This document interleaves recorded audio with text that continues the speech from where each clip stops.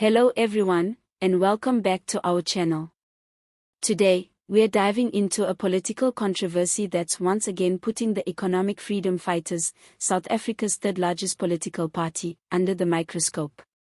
A young EFF member, affiliated with the Student Command, has been expelled from the party for allegedly insulting EFF leader Julius Malema on social media.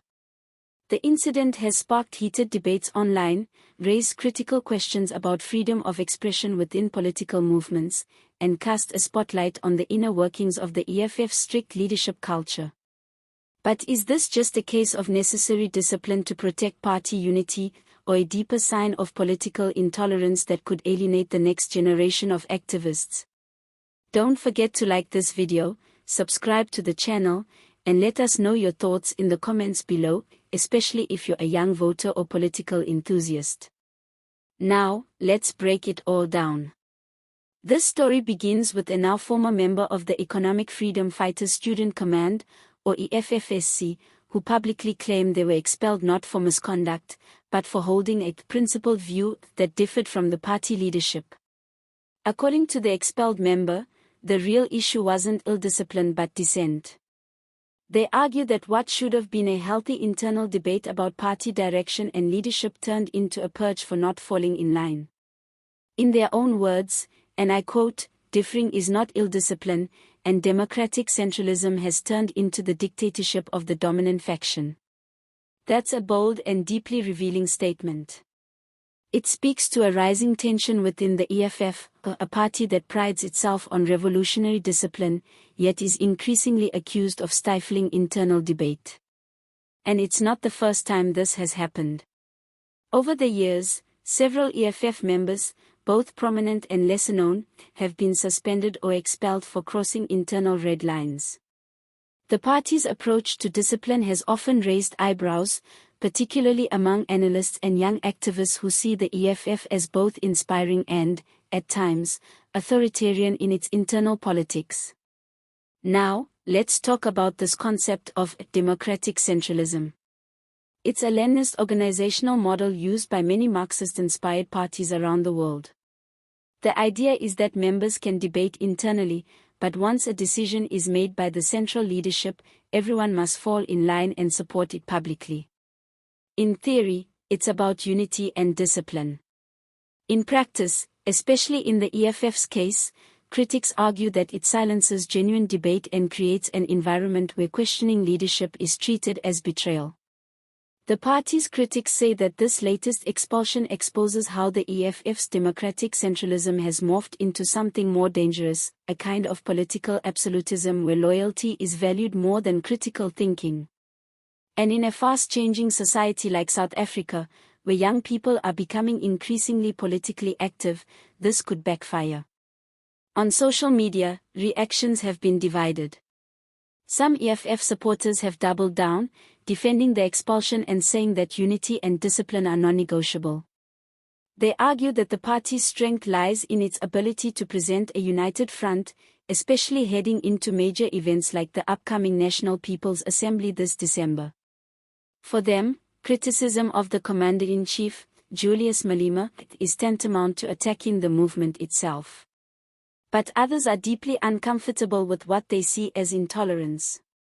Many have pointed out that the EFF, which claims to fight for the marginalized and challenge oppression, must also allow room for internal accountability. If members cannot even question leadership without fear of expulsion, then how different is the EFF from the very institutions it criticizes? This incident is particularly concerning because it involves a member of the Student Command, a group seen as the breeding ground for future EFF leaders. If the party starts cracking down on young, educated, and politically active members for expressing independent views, it risks creating an atmosphere of fear. And let's be clear, youth voices are vital to the future of any political movement, especially one that positions itself as revolutionary. There's also a broader context to this. The EFF is under pressure. With national elections behind us and the local government elections just around the corner in 2026, the party is facing both external challenges from the ANC and DA, and internal ones as it tries to balance growth, ideological purity, and organizational cohesion. At the same time, Julius Malema remains one of the most polarizing political figures in the country, charismatic, bold, and uncompromising. But critics say that this uncompromising nature is reflected not just in his speeches, but in how the party is run. And that brings us to a key question: is the EFF evolving into a political machine that demands blind loyalty, or can it still accommodate healthy dissent? The expelled members' comments also raise another serious issue: factionalism within the party. Their use of the phrase "dictatorship of the dominant faction" implies that internal democracy may be eroding. This isn't just about one member being expelled, it's about whether the EFF can survive ideological diversity within its ranks. Because if every disagreement is punished, the party risks alienating its base, especially young people who are often more progressive, more open to debate, and more resistant to political conformity. The stakes are high. As the EFF moves toward its National People's Assembly in December, internal debates are expected to intensify. Leadership positions will be contested, strategic priorities will be debated, and the party's future trajectory could be reshaped. But if dissent is not tolerated, these debates could become mere formalities, rubber-stamping decisions made by a small inner circle. Let's not forget, South African politics is in flux.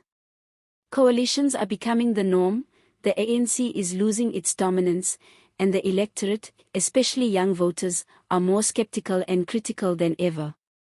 In this environment, political parties that fail to evolve risk becoming irrelevant. So where does this leave the EFF? On one hand, it remains a powerful force with a loyal base, a clear ideological message, and a charismatic leadership. On the other, it faces increasing scrutiny over its internal democracy, tolerance, and leadership style. Whether this latest expulsion is an isolated incident or a sign of deeper problems remains to be seen, but it's a moment that calls for serious introspection. Will the EFF continue to tighten the reins and silence critics? Or will it open up space for the kind of honest, internal dialogue that strengthens rather than weakens a political movement? Only time will tell. But one thing is clear, in today's political climate, young voices matter. And when a party punishes those voices for asking questions, it might be sending a dangerous message about what it truly stands for. Thank you for watching. If you found this analysis helpful, make sure to hit that like button, subscribe to the channel for more deep dives into South African politics, and drop your thoughts in the comments. Do you think the EFF was right to expel the member, or is this a step too far? See you next time.